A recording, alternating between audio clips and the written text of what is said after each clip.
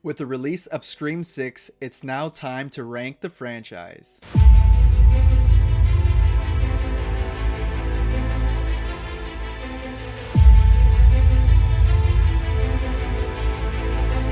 Hey guys, welcome back to the channel. Hope you're having a good one today. I'm the Movie Ranker, and today I'm going to be ranking all 6 Scream films from worst to best.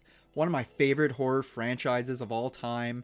It's up there, and it's one of the most consistent franchises. Like, the only other one I can think of that's this consistent, it might be Evil Dead, and it's getting a new movie this year as well. I'm not going to give any spoilers for Scream 6 in this ranking, since it's still a very new film. It's only not even a week old when I'm making this video, so I'll just say what I like, what I didn't like, without getting into spoilers when we get to that one. And don't forget to drop your rankings down below in the comment section, and we'll have a great discussion. So let's get into it. So kicking things off in last place, at number 6, we have Scream 6. Now, I know a lot of people are loving this movie, and I enjoyed it as well. I went and seen it twice in theaters, so I absolutely do not hate this movie. It just is my least favorite out of all the rest. But getting into the positives, I absolutely love the New York setting.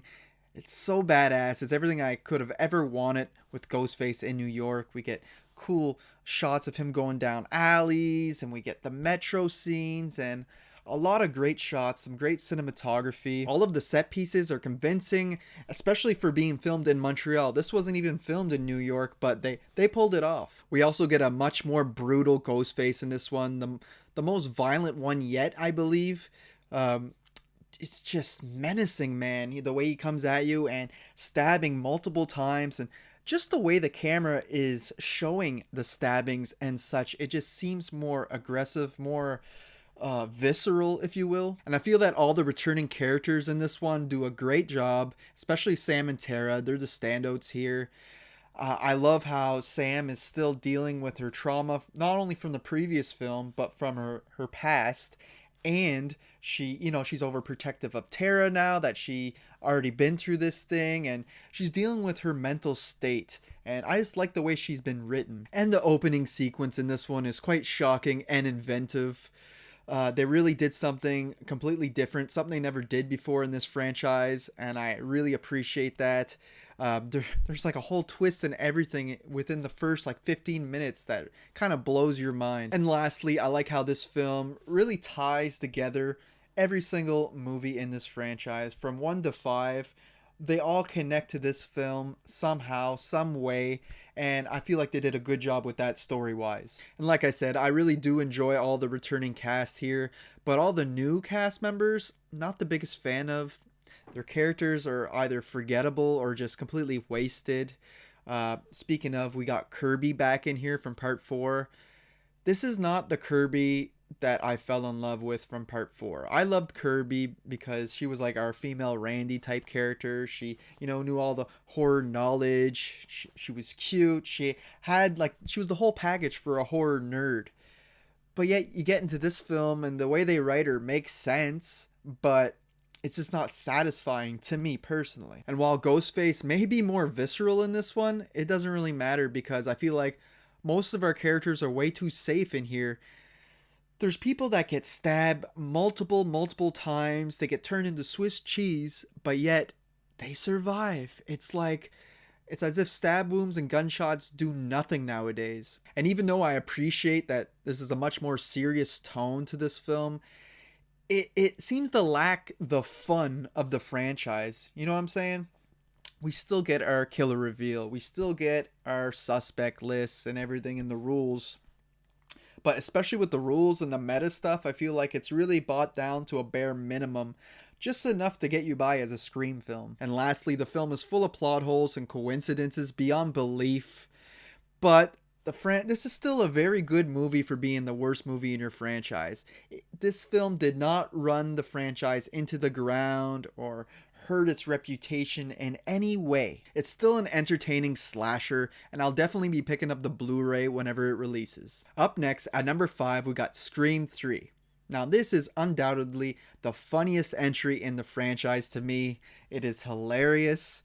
It may be the most mediocre when you're just looking at the slasher aspects of it, But as a whole, I have a fun time with this one. Jennifer, who plays Gale Weathers in Stab 3, is hilarious, especially when she teams up with Gale near the end and they're like a team. I think their dynamic is just great. I like that this one's also set in Hollywood and the killings are happening on the set of Stab 3. I think that's kind of genius. I also like that we get more background on Maureen Prescott and we find out more about her and her life before Woodsboro and how she, Roman, and Sid all tie in together. I think that's real clever as well.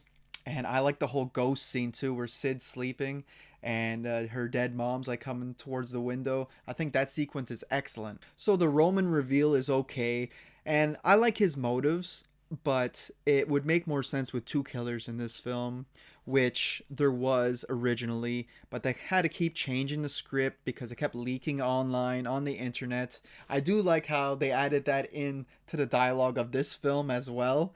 How they're like, how are we supposed to learn the lines if you keep changing the script every goddamn day? Like, you know? And on top of that, the Columbine shootings also hurt the production of this film quite a bit. So this film has a lot of things working against it. I mean, just look at Gale Weathers' hair. Those bangs are straight up ugly. And can we talk about the voice modulator? That has bothered me since the release of this film. Like, it always bothered me. How do you get your friends' voices on there, right? And how can you talk like them? Makes zero sense. Still don't understand that one.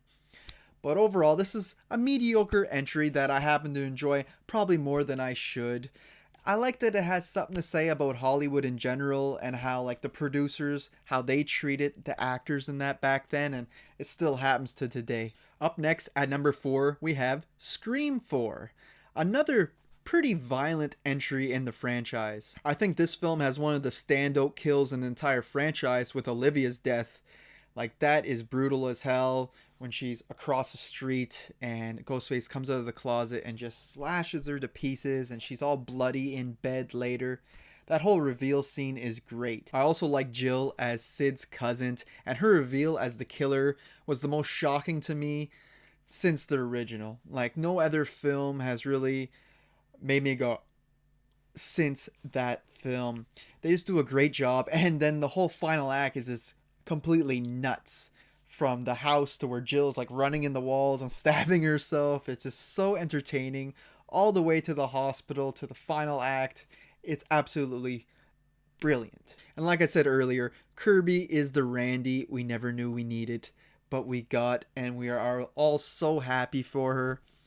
She is a phenomenal character. Definitely a top 5 character for me. I feel like the story could have been developed a bit more in this one though. It's fairly straightforward. It needs more meat on its bones. And the whole intro to this one where they're watching the stab movies and they keep getting killed but it's fake because it's in the movie. I really enjoyed it on my first few viewings, but it's starting to bother me now. My last few times I watch this, I'm like, I'm not exactly a fan of these fake outs. And I don't know who did the lighting or editing for this film, but the lighting is awful. Like, especially in the daylight scenes where it's really bright, everything seems so glossy. It's like a weird, like as if they added a gloss filter to it or something. It just doesn't seem right at all. It's kind of annoying. But despite all of its flaws, I still enjoy the hell out of it. And there's times where this moves up all the way to my second spot. My number 2 and my number 3 and my number 4 are always interchangeable. Up next at number 3, we have Scream 2, the first sequel. And I feel like this is a great sequel, a great follow-up to the original. Story-wise, this is probably the best made movie since the original. If we're just talking about story, love the college setting, all the new characters, and of course we get that iconic opening at the movie theater where that girl gets stabbed in front of everybody and no one realizes that it's real because they're watching a stab movie and everybody's wearing ghost face masks. Is this so awesome? Especially when you go to a theater nowadays to go see a new Scream movie even, people are dressed up as Ghostface, so that's really cool. And just the stab movies in general, to think of making a movie within a movie when your first movie's already self-aware and meta, that is just right up my alley. It's genius writing to me. And we get a lot of cool sequences in here. One being Cece's death. I love that. The whole chase scene involving that. The whole sequence is really well done. I like the play, a stage play that Sid's in, and where she starts like getting all paranoid and losing it and thinks she's seeing Ghostface on stage with her. I think that's really well done as well. And of course, the whole cop car crash where Sid and her friend are trapped in the back of the cop car, can't get out, with the killer in the front seat.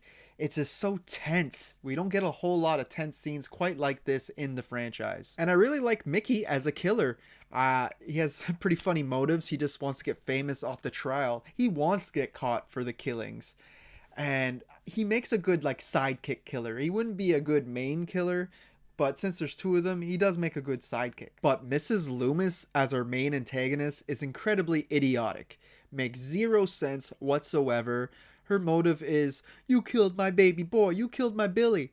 It's like, you abandoned him in the first place, which caused the whole first movie to happen. So the logic's just not there to me. It just doesn't add up. And this killer reveal bothered me since the release of this film, since I was just a kid. And there was also quite a few coincidences in this film as well. Whether we're talking about Randy's death, like how he's on the phone outside in the open, chances of him getting killed are slim to none, but he just happens to walk by the van where the killer's in so that the killer can haul him in and kill him. It's like, you could have, that's like 1 in a million chances of getting killed that way, you know? Just like at the movie theater, when that one guy goes to the bathroom and gets killed by the stall by listening to the stall, it's like, what's the chance of him going into the bathroom at that time? The killer would have had to wait there, you know? And it just doesn't make any sense. But this is still a great sequel, and it's the last film before Courtney Cox starts really messing with her face and her features. Coming in the second place, we have Scream, or Scream 5, from 2022, not the original. This one was just a great tribute to Wes Craven. The boys from Radio Silence really did a good job. I really enjoy all these new group of characters, especially Sam. I love how she deals with her mental state and seeing Billy, her father, as a ghost all the time. And that kind of makes you think, like, is she gonna snap and become the killer? And I really do like how they treated the legacy characters. They made it so that they could be pushed aside. You know, this is the next generation. We got this new group of people, and I like that we don't rely on the legacy characters. We still use them, they're still serviceable, but they did them justice, in my opinion. Gail still looks terrible, just talking about her looks, but I like her character. Sid's awesome. Dewey. This is my favorite version of Dewey. This matured, you know, broken version of the character. He just felt more real to me. And this one also has a kick-ass opening sequence. I get the chills when I watch this opening with Jenna Ortega playing Tara, you know, getting attacked and actually surviving. You're like, don't see that coming. We never thought that someone could survive one of these opening kills. Yes, the killer's motives are pretty lame if you ask me. They're basically just idolizing the Stab movies and Billy and that and Stu. But I didn't guess who the killers were before the reveal, which is always nice. And the whole final act is a blast. Really calls back to the original film, but they put their own twist on it, and I loved it. And while I didn't mind Dewey dying in this film or the way he died, it's just, man, where is everybody? They try to fix the scenario by saying, oh, we'll put you on a private floor. Do those even exist? I work in a hospital. We don't have private floors with no nurses on them or nobody. I guess it's a horror thing. Like every horror movie that has a hospital in it, there's just no staff around, or very little staff. And on top of that, I just cannot believe that Amber could do what she did in that scene. It just, her tiny frame in that, it just doesn't make a whole lot of sense. It's just like killing off a Sheriff Judy in the middle of the daylight in front of her house. Like, no one sees this. No one's looking out their window at the time or walking down the street, you know. That was a little foolish. And I also didn't care for them killing off a lot of the red herrings right away, which would have made great suspects, but they're only good suspects for like the first act of the film, and then they get killed off. It's like, some of these people should have lived a little longer, especially that dude who was ex-boyfriend of one of the girls and owned that car and was always kind of like stalking them. He would have been a perfect candidate. While it's not a perfect sequel, I think it's thrilling, incredibly entertaining, and funny, and I think Wes Craven really would have been proud of this one. This is just one that I can put on at any time, and I have so much fun with it for some reason. But easily, coming in the first place, we got Scream from 1996, the original, the very first horror movie I've ever watched in my entire life. I was probably around 7 years old at the time, 6 or 7 back in 97 when we rented this movie, or my older brothers would have rented this movie. So I definitely have some nostalgia for this film. It manages to be meta and self-aware and, poke fun at all the tropes of the slasher movies while still being a great slasher movie as well. Like on its own, it stands as a great slasher. Whether we're talking about the rules, like how you can't have sex or drink and do drugs, or say, I'll be right back, to all the tropes, it's just all written very clever by Kevin Williamson and directed beautifully by Wes Craven. We got some top tier casting, Nev Campbell, Skeet Ulrich, Matthew Lillard, Jamie Kennedy, Courtney Cox. The list just goes on and on and on. This is an ultimate cast, if you ask me. It's not just great acting. We get great characters in here as well. Randy being the horror nerd. He is really relatable to all of us slasher fans. Sydney Prescott's one of the greatest final girls of all time. Love how she's dealing with grief from her mother from a year before, and then the new killings are happening, and she really doesn't trust a whole lot. And of course, you gotta love Stu. He just has crazy written all over him. And just the fact that this film had 2 killers really throws people off, because when you got Billy in jail and the killings are still happening, you're like, can't be him. And I love that it takes you for a whole twist and a turn. And back then, not too many people were probably thinking of 2 killers, It wasn't real common in films. And that whole kitchen scene where they're stabbing each other and revealing their motives and whatnot is the most intense scene in the entire franchise to me. It just feels real when they're stabbing each other, and I'm like, damn. I remember when I was really young watching this, that was the scene that really stuck out to me. I'm like, now this is scary. That, to me, that's more scary than Ghostface running around. And the Ghostface look is just so badass, unique, and original.